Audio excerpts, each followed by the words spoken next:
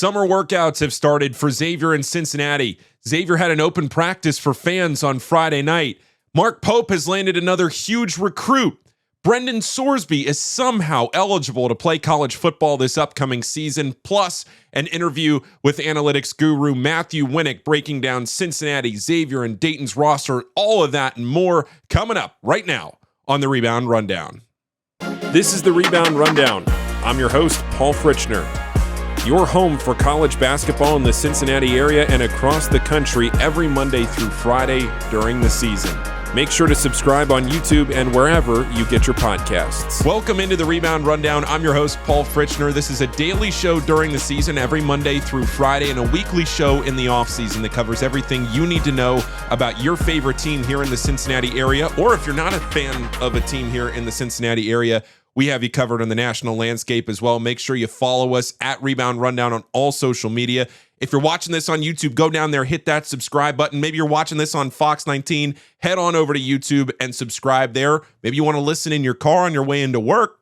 Maybe your commute home, whatever it is, subscribe. Any major podcast platform, especially Apple or Spotify. If you want to call into the show, you want to leave a voicemail, maybe you have a take you want to get off your chest, maybe you have a question for an upcoming show, you can dial in and leave a voicemail, 330-REBOUND. That's 330-732-6863. A lot to get to in this intro here before we get to the interview with Matthew Winick of Basket Under Review, where we break down Cincinnati, Xavier, and Dayton's rosters. We get his thoughts on whether these teams are NCAA Tournament teams, break down players individually, all of that and more coming up in a few minutes. But first, there's a lot to get to here, and we will start with summer workouts that have gotten underway here in the last couple of weeks as I record this on Monday night, June 8th. Cincinnati's first workout was earlier today.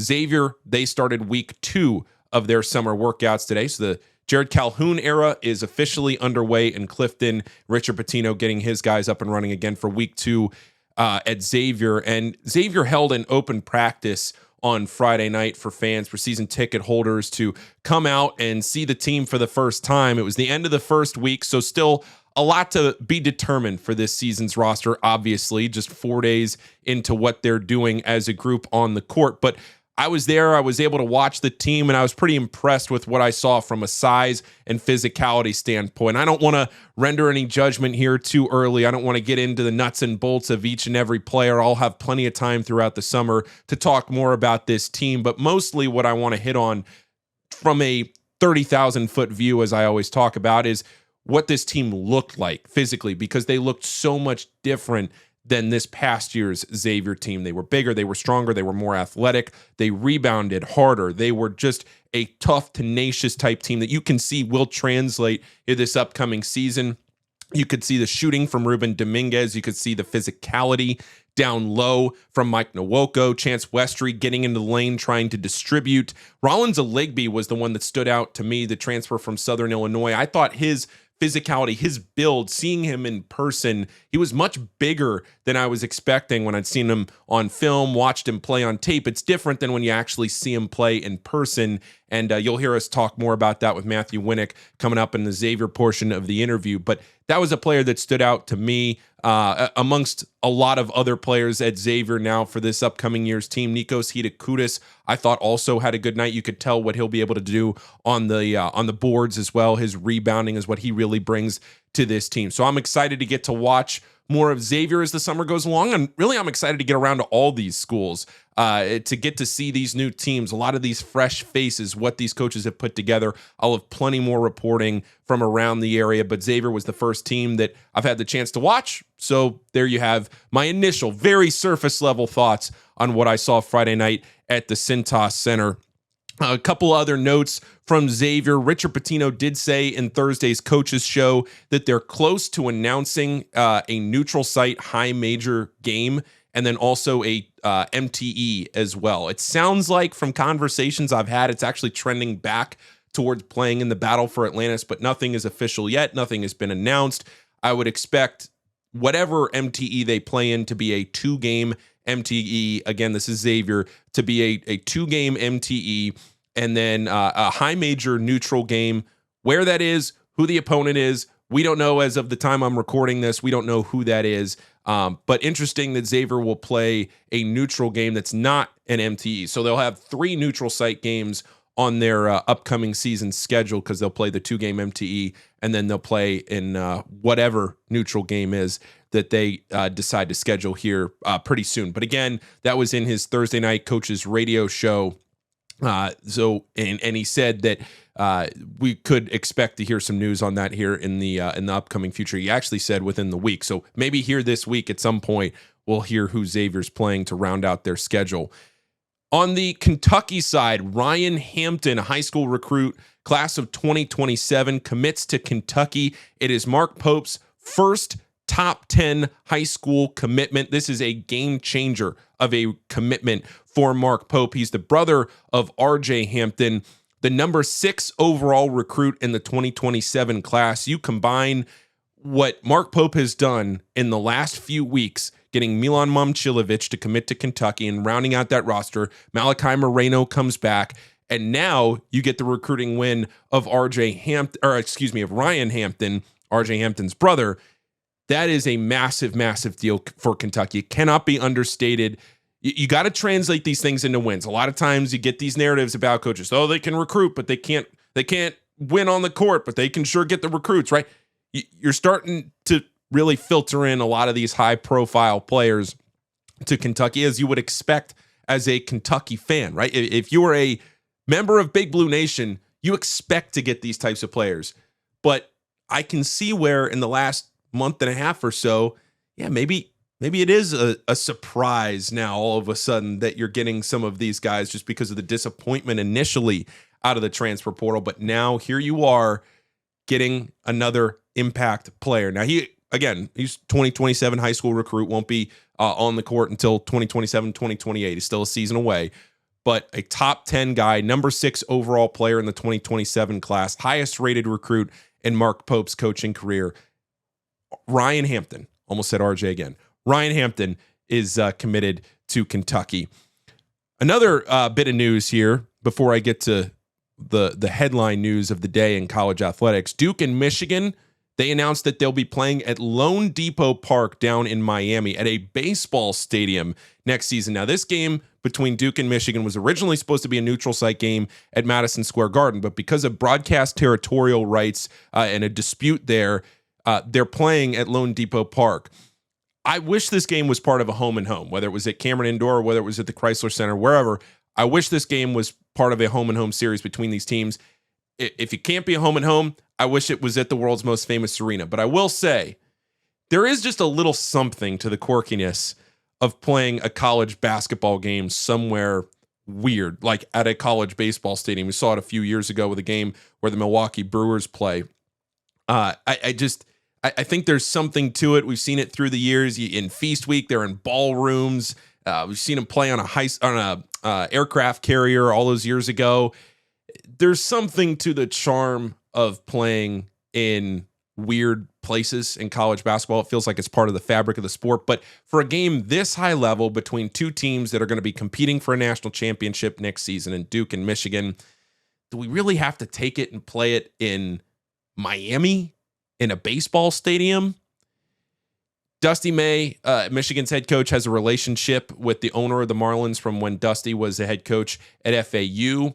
So it sounds like from some reporting from Matt Norlander that there had been discussions about this for a while. Could they get down there and play a game? And now it's going to be Duke and Michigan playing in a neutral site game at Lone Depot Park in Miami. And then the final piece of headline news from Monday, it's not college basketball related, but it is college sports related. Texas Tech quarterback Brendan Sorsby, who transferred to Texas Tech from Cincinnati, he started his career at Indiana. He was in trouble for betting on games while he was playing college sports.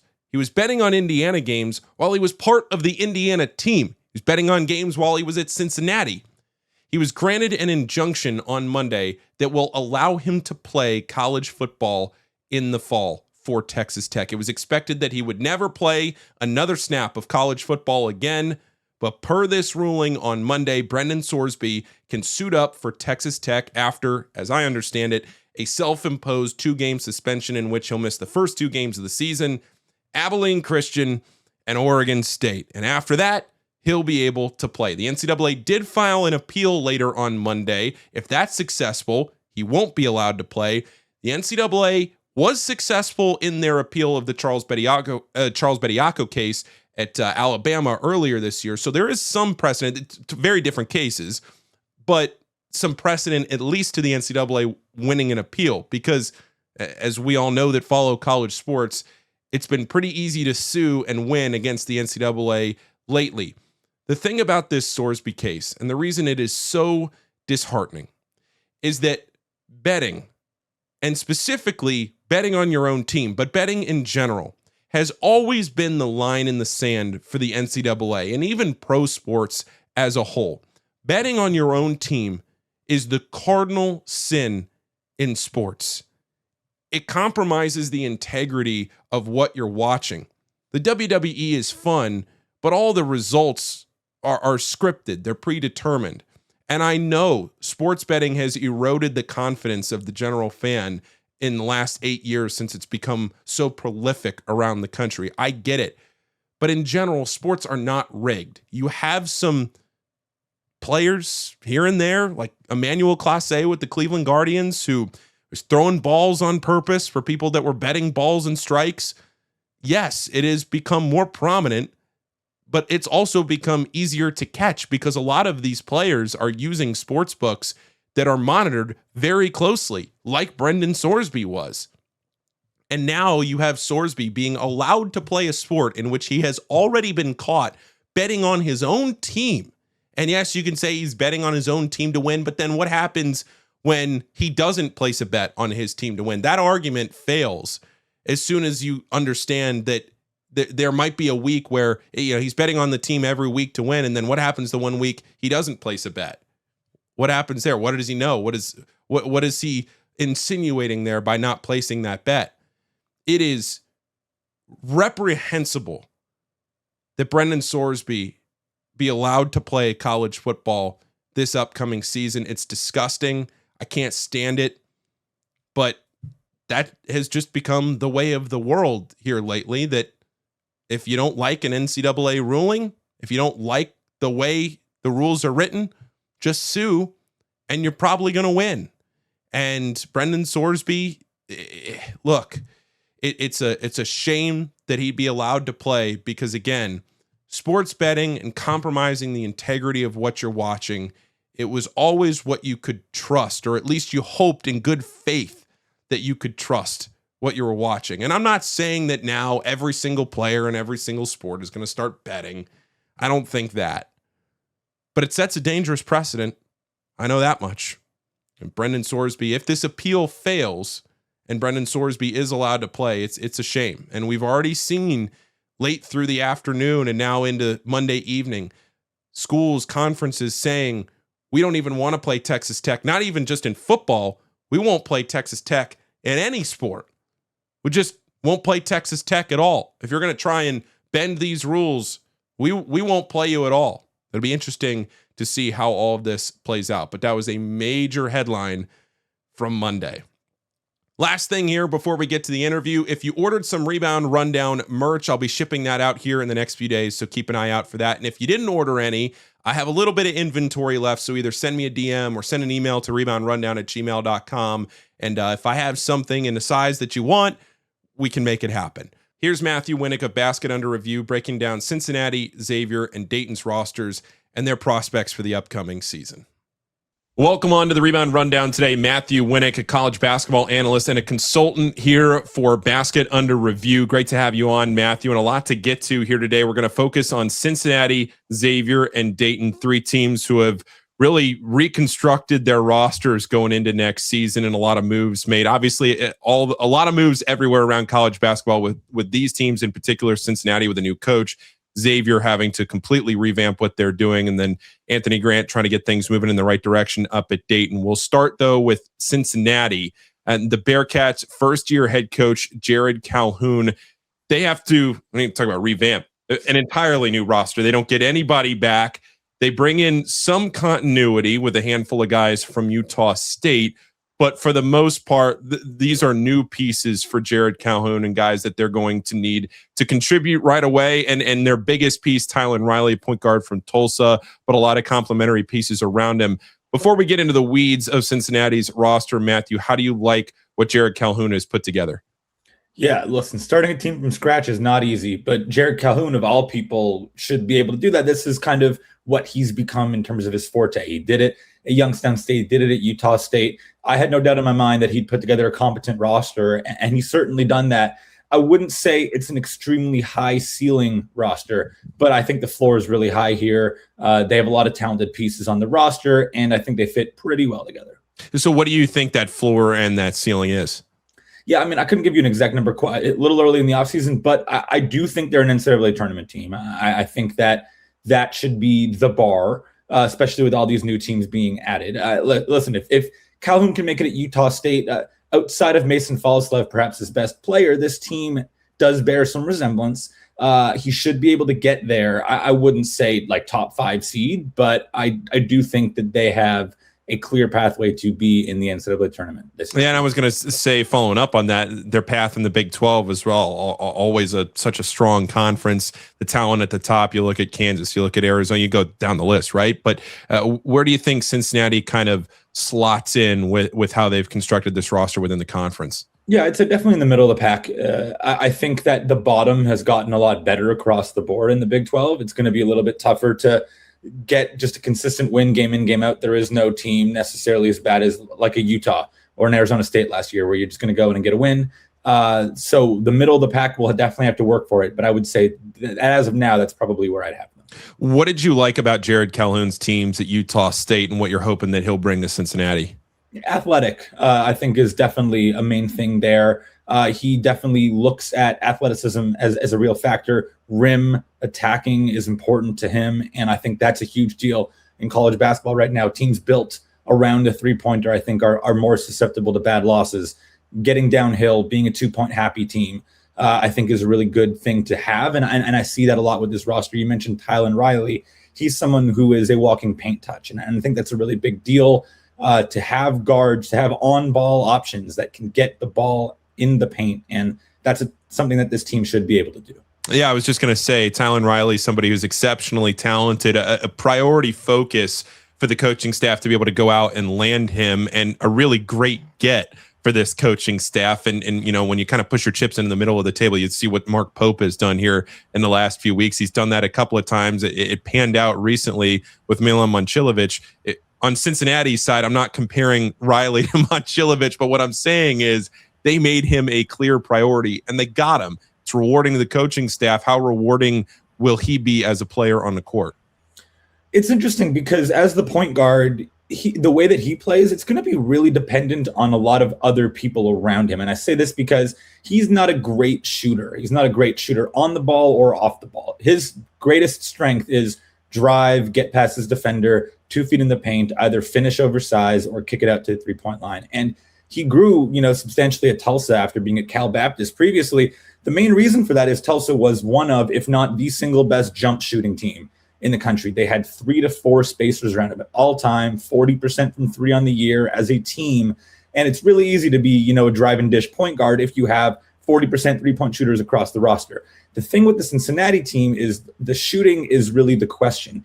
Are they going to be good enough off-ball shooters? Some of the guys on the wing who have had up and down seasons as shooters across their career, will they be able to shoot the ball at a high enough level to allow Riley to have that space to drive, kick, not get doubled in the paint, find guys and hit those open shots? Yeah, you talk about some of that other production on the perimeter. Miles Colvin, one of those, a transfer in from Wake Forest, but he had been at Purdue, some high-level experience when he was at Purdue. Kind of had an up-and-down season, Matthew, at Wake Forest this past year. Had some head-scratching games, had some games where you're going, what in the world is he doing? Then had some moments where you're going, oh, yeah, that's who that player is. What do you think of Miles Colvin and how he fits in at Cincinnati? Yeah, in a vacuum, I would say he's probably my least favorite transfer Cincinnati added. And I don't want to say that like he's their worst player they added. He's a very talented player. But I definitely, you mentioned it, he does have some processing issues where he's not always seeing the game at the speed that he needs to in order to be a high-level on-ball player. He's not a self-creator in any way. He's an off-ball guy, but because he does take, a fair amount of usage in terms of the shots that he has on the floor, it is a little bit concerning that he was a net negative basically in all 3 of his seasons in college basketball so far. That's just, he's a 3-and-D player, whereas he's super athletic. If he's around the rim, it's a dunk. And he's a solid 3-point shooter off of the catch. He does make sense with this Tylan Riley, led offense with the downhill drive and kick. It's all about him being a winner in his role. And I'm not sure if he's necessarily nailed that piece of things yet. It's very possible with Jared Calhoun and his reputation of being able to find guys and fit them into the right spot. MJ Collins at Utah State last year is a great example. There is a chance he is probably the higher upside guy, someone who, if he can figure it out, can raise this ceiling. But in terms of the floor, I think there's a chance that there are other options on the wing that make more sense than him. And looking down, around the basket here, you look at Jaden Hastings, in Riley Allenspach, even to an extent, Tyler Tejada. Tejada more athletic, though, than the other 2 that I just mentioned. Where do you see Cincinnati here, Matthew, in the way they've constructed their roster on the interior? Because that, to me, is the one question mark that I have, or maybe the biggest question mark that I have right now looking at them is their depth in the post. Yeah, I think especially when you're doing a portal-heavy big man spot, it's really interesting because there's kind of 2 ways to do it. You do 2 guys that are really similar or 2 guys that are really different, and then you kind of just interchange it. And they definitely went the different route. I'd say Riley Allenspach and Jaden Hastings are very different as big men. Hastings, I think, is a great add. He's one of the better big men defenders in the class. I like to, obviously, one player does not define a team, but an offense is going to largely be led by your point guard, and your defense is going to largely be led by your big man. And for Jaden Hastings at the 5 at Boston College, their offense was horrific last year, but their defense was actually really solid. It was, I believe, 72nd in KenPom, and he was the driving force behind that. Elite defensive on-offs, great rim protector, really good defender and rebounder, and I think that is going to be his strength. He's a good finisher around the rim, but defensively and on the glass will be where he succeeds. Riley Allenspach is the opposite. His defensive and offensive on-offs were extremely polar opposites at George Mason last year. Elite offensively, horrific defensively. He is a very bad defender at the 5. There's a chance they can play together a little bit because of Allenspach's skill level offensively, but the defense is going to have to be helpful elsewhere when he is on the court because he's not a rim protector. He doesn't move his feet all that well. And that is just not a strength of his. Sure. And then Tyler Tejada, another name I mentioned where, I was impressed with his athleticism. I'm impressed with moments from Tejada, but I want to see him put that together consistently at the Big 12 level where you're kind of getting a little more of a gritty side from him, right? Because when he's playing at his best, man, he's really fun to watch and he's really good. You just want to see him put that together all the time. At least that's my take on it. Yeah, he's the key to this team. I think if he has a really good year, it is probably the most important thing for Cincinnati. Like, I feel pretty confident about a lot of these other guys and what they can do. I think with Tejada, there's so much to unlock because his role is going to be so different. Towson, I'm not sure how much Towson you've watched while scouting Tyler Tejada, but not a fun team to watch on the offensive side of the basket. I did some CAA games for CBS Sports Network this year, so I watched a lot of Towson, and I talked to Pat Scarry a lot about how they ran things, Dylan Williamson, Tyler Tejada, how those guys. So I saw the ebbs and the flows with Tejada, and that's kind of what I mean, that perspective I'm coming from, where there would be moments, and I mentioned it here on other episodes of the Rundown, where there'd be moments this year watching Towson where I'm going, man, he could be a serious high major threat. And then there are times where I'm going, wait a second. What is that the same guy that I was just watching 5 minutes ago, Yeah, for sure. I think he's a really good catch and shoot 3-point shooter. Last year, 29%. He is not a 29% 3-point shooter. He was 35% as a freshman. I'd say that's probably the baseline of where he'll be this year because he took so many dribble threes. He took so many self-creation threes because him and Dylan Williamson really were the offense of Towson. And there was no spacing around them at all. And because Tejada was kind of coming into the CAA as the league's best player, huge target on his back, I think that defense is really keyed in on him, and that efficiency kind of tanked. But great frame, great size. His 3-point shooting, open off the catch numbers in his career are really good. And he's 85% from the free throw line on 300 attempts across his career. So if then he's 30, go ahead. Go ahead. It's you.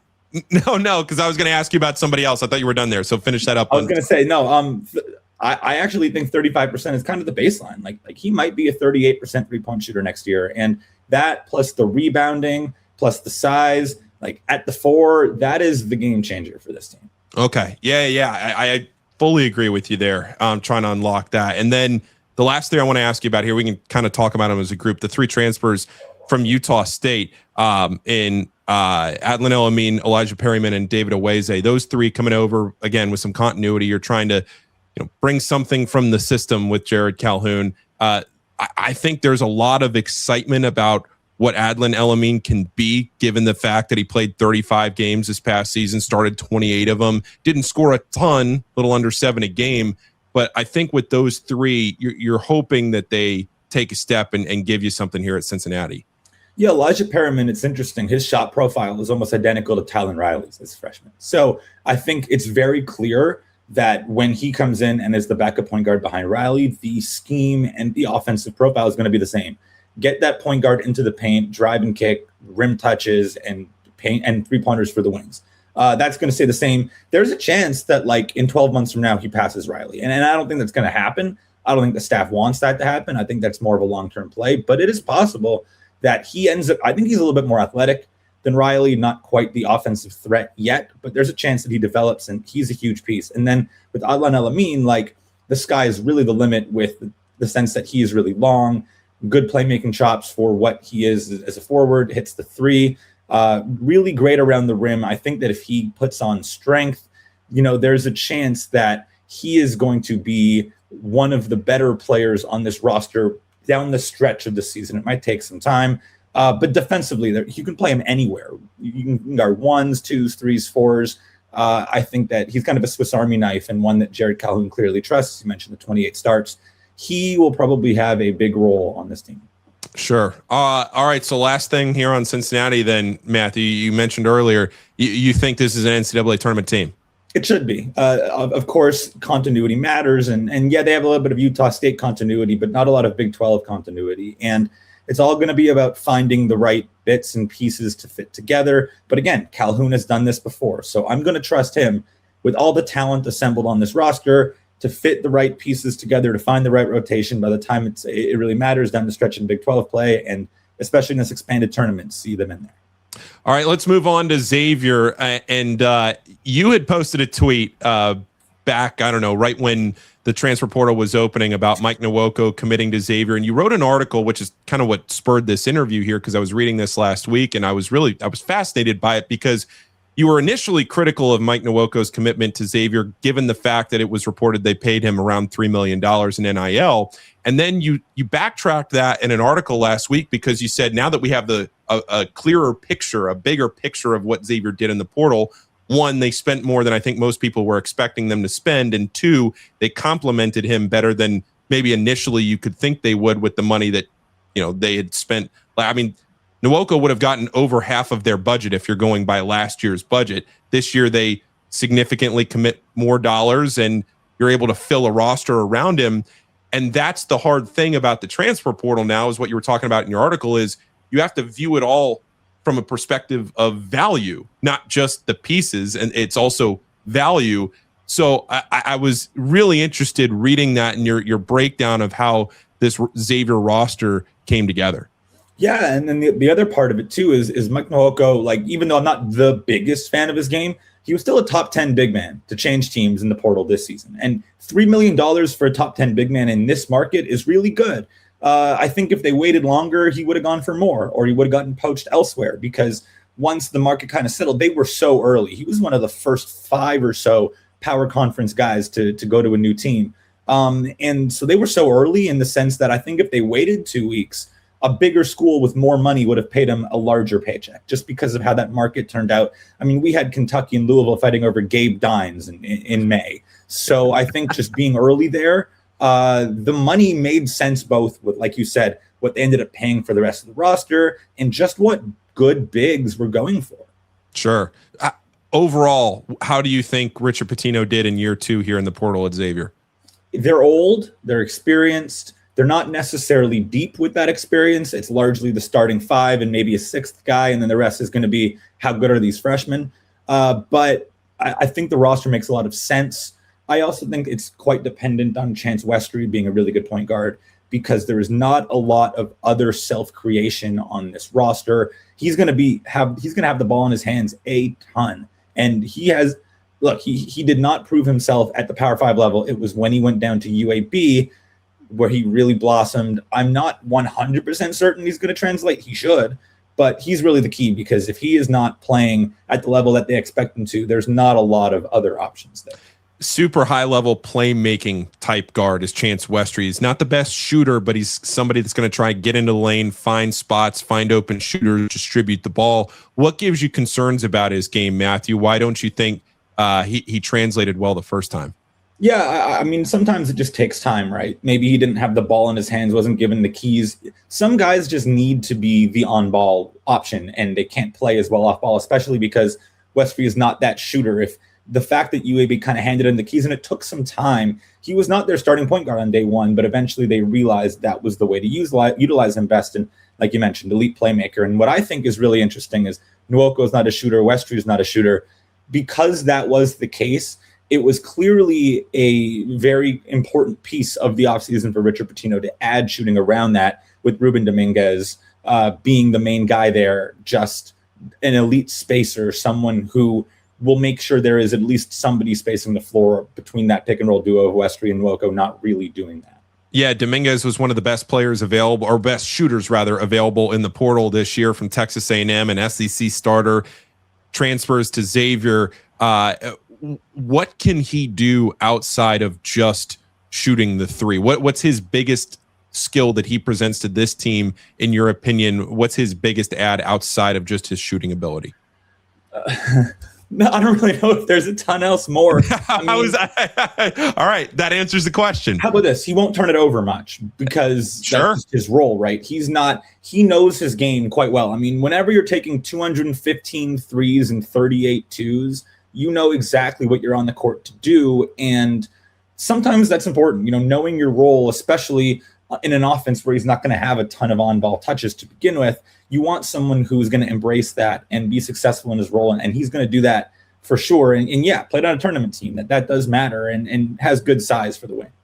Rollins Aligbe comes over from Southern Illinois, and before you came on, I mentioned this in the intro. Xavier did a kind of like a meet the team event on Friday where they practiced for an hour and fans were able to get to see the team practice. I hadn't had a chance to get to practice in the first couple of days, so it was my first opportunity to see the team as well. And what jumped off the page to me was the size of Rollins Aligbe and his physicality. And you see some of that on film, but it's hard to see the size just watching games or on film until you actually see him in person. And I was impressed with the physicality and the rebounding and his interior toughness, and just a little bit more depth on the interior beyond Nwoko.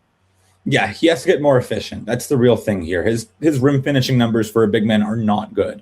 That's the real key. That's the piece here. He did hit some threes, but 62% as a free throw shooter across his career does not give me hope that he's necessarily a 35% free throw shooter on volume.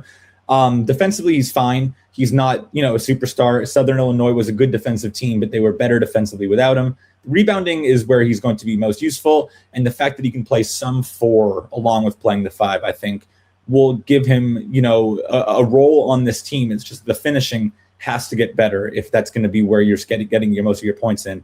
I don't think he will be as high of a usage player at Xavier as he was at Southern Illinois. So one of the big storylines going into this season, Matthew, is that you're moving Jovan Milicevic from the 5 over to the 4, which is more of his true natural position. He was thrust into playing the 5 this past year because that's just kind of how it had to happen at Xavier. There wasn't a whole lot else. It didn't have a great season as a team, but Milicevic was one of the standouts. He was one of the bright spots. It's great for Xavier to get him back and have some continuity there. And you move him over into the 4 spot, which is, again, more of what he's designed to play. A guy that's not 7 feet tall, but he's tall, and he can shoot the 3 with the best of them, 40+% 3-point shooter. At his size, that's exceptional. How do you think he fits in now with so much more around him? Yeah, and my favorite part is that he was 43% as a freshman too. So now we have multiple years of proof that he is a really good shooter. I think he took too many twos last year. Part of that is him playing the five, but when you're a 43% three-point shooter on volume at 6'10", I don't want less than half of your shots being threes. Take your threes. And perhaps Nwoko being a high usage post-up role player is going to really change that for him, playing the four, largely spacing the floor. I think that's a great fit in terms of him being able to space the floor next to Nwoko. I would love to see his playmaking increase a little bit more. He did have a couple of good assist games. He's an efficient passer, but I'd love to see if there's a little bit more there. High-low action maybe with Nwoko, pick and pop, a little bit of just a little bit more that he can do now that he is not going to be as dependent on for rebounding and for rim protection, which are not really his strengths. One more guy that I want to ask you about here, Nikos Hidakoutis, who comes to Xavier from Robert Morris. Another guy that I was really impressed. And again, you're watching a few drills. It's 1 hour. I'll be able to see more hopefully this week or next week and get a better feel for some of these guys' games. But just in general, watching him in the course of an hour, similar to what I just said about Rollins Aligbe, impressed with the size and physicality that it seems like Xavier got bigger, they got stronger, they got tougher, they got more physical this year. Yeah, he's a fantastic rebounder. That's going to be really what he does best. He might be one of the best rebounders in the Big East in his limited role, but limited is definitely the what I would say offensively with him. Under 50% from the free throw line. Again, like Aligbe, not a great free throw shooter. I guess my one gripe there would be like Aligbe and Hidakoutis, they do have a lot of similarities. Aligbe is a little bit more athletic, Hidakoutis a little bit bigger and more physical, but my thought process would be maybe if you're going to add two bench bigs, a little bit more differential, a little bit different in how they play. They're just so similar. But both of them, yes, very physical, going to have some rebounding. I don't think either can really play with Nwoko all that much because they're not really passers or shooters. And then there's a little bit of redundancy there. But I think in a vacuum, one of them will probably be a very good backup big. And perhaps there's a chance they can play with Nwoko or with each other in spots. Xavier hoping that Gabe Pizzato is healthy here in the coming weeks. He was banged up, didn't play the other night in the open scrimmage, open practice. And then Kayla House, somebody else that was impressive to me as a freshman coming in, trying to earn some of those early minutes. The coaching staff really likes him. They want him. They expect him to play minutes as a backup point guard here going into this season, that they want him to be able to contribute on day one. To get Kayla House as a point guard, Asher Elson needs to fill out his body a little on the skinnier side there as a big. But when I now here to wrap up the Xavier segment, I asked you initially what you thought of what they had done in year two in the portal. Do you think that this is an NCAA tournament team in Xavier? Do you think that this is a team that will be significantly improved as many hope around this program? Yeah, they'll be way better. I feel good about them being way better. The tournament, I think there's a chance they're on the bubble. There's a real chance they make it. They do have. I think there's multiple iterations of this team depending on what those freshmen look like, depending on what Gabe Pizzato looks like. Like to me, there's a version of that starting lineup that's Chance Westry and True Washington in the backcourt. I think Milicevic and Nwoko are going to be at the 4 and the 5. The Ruben Dominguez is the starter as a spacer versus Gabe Pizzato. I think has a much higher ceiling at the 3. I think Gabe Pizzato working out really would change the ceiling on this roster and make me feel better about their tournament hopes just because of that secondary playmaking, that on-ball scoring he'll provide that they don't really have on the wing right now. I think that if he pops, if he's healthy, if he makes an impact, that gives them a more likely chance of being a tournament team. So you think within the Big East, you think this team will be competitive?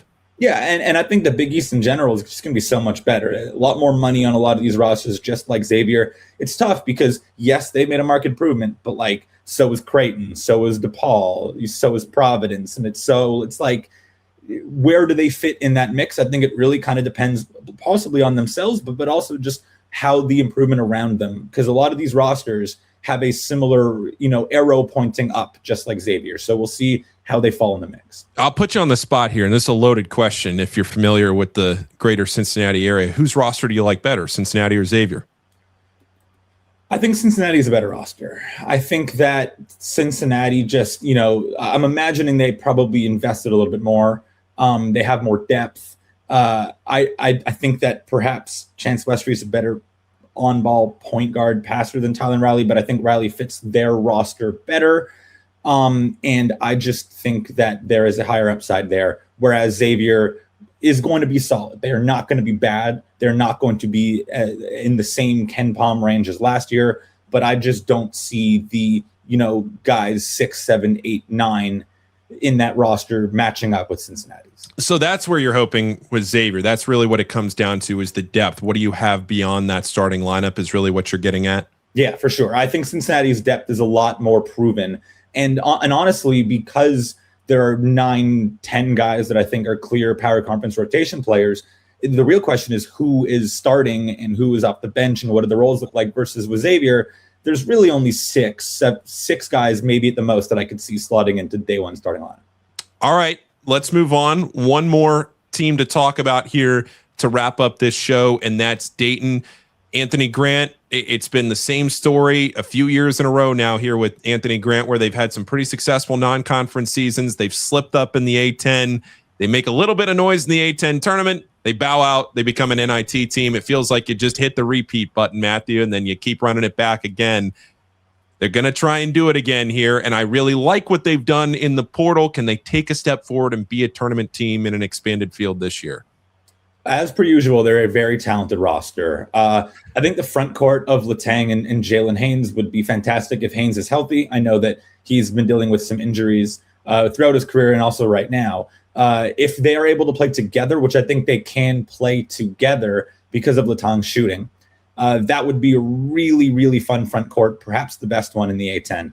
And then it really comes down to the point guard spot. Is Landon Dung-Joseph a top-tier A-10 point guard? Because he really came on late at Marshall, but again, he just had his freshman season. He's pretty small. It was Marshall, it was in the Sun Belt, and it was not a full season of success.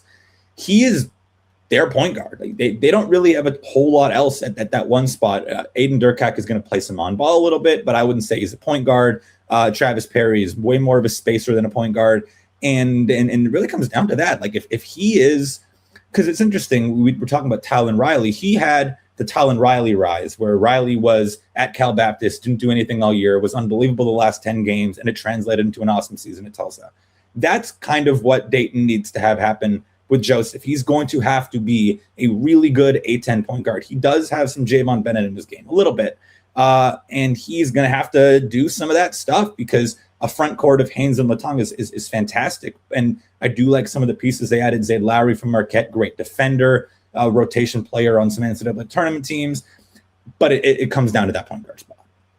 And then you have Travis Perry in there too, has plenty of high major experience, right? Transfers into Ole Miss, started his career at Kentucky, played in 35 games last year at Ole Miss. I mean, you're hoping, right? If you're a Dayton fan, you're hoping that maybe this can finally be it. But, within the A-10, you look at St. Louis, you look at VCU, you look at some of these teams that are constantly competitive at the top, and you just hope that this is the roster that they've done a good enough job. And I think they have. But we've also, how many times have we sat here in the preseason and said that same thing the last couple of years? So hopefully this is the year they get that moving forward. Yeah, I think the real question is, you think about last year and how last year had its ups and downs for sure. Big ups, big downs. They almost made the NCAA tournament after all of that. That team was better than this team. I maybe not by a lot, but I think that team was a bit better. And so the question really is, if that's what that last team looked like, of course, chemistry matters, fit matters. I'd say just on a pure talent roster perspective, last year was better. So the question is, will these pieces fit better? Will there be more consistency game in, game out? Matthew Winick, I really appreciate you taking about a half hour here to talk about all these local teams, go through Xavier, Cincinnati, Dayton. I really appreciate it here in the summer to go through all of this. And I know a lot of people are excited right now. The portal is calmed down. You're starting to get your first reports from team workouts, things like that. So again, thanks for taking some time. Tell the people that are watching and listening to this right now where they can find your work and where they can listen to anything you do or read anything that you do. Yeah, you'll definitely want to, plug in at Matthew Winick on Twitter, on X, Winick, and that's where I kind of have everything going. Basket Under Review is where you'll find most of my work. Weekly show, Weekend Under Review with Brian Ralph. That's on YouTube and all podcast platforms. And analytic breakdowns every couple of weeks on that website. You'll get a lot of stuff with the numbers and just breaking it down in a college basketball context. Well, I appreciate you taking some time. Talk soon, Matthew. Yep. That'll do it for today's Rebound Rundown. Make sure if you're watching this on YouTube, you go down there, you subscribe to the channel. If you have some thoughts or questions, we talked about a ton on today's show, leave them in the comments, like the video. If you have some thoughts or questions, you want to leave a voicemail, you can do that too. Dial 330-REBOUND. That's 330-732-6863. We'll get to it on next week's show. If you're listening to this in audio form, make sure you subscribe. Any major podcast platform, Apple, Spotify, hit that subscribe or follow button. Follow us on social media at Rebound Rundown. This has been another episode of the Rebound Rundown, part of the Crown Network. Thanks for watching. Thanks for listening, everybody. Have a great week, and I'll talk to you next time.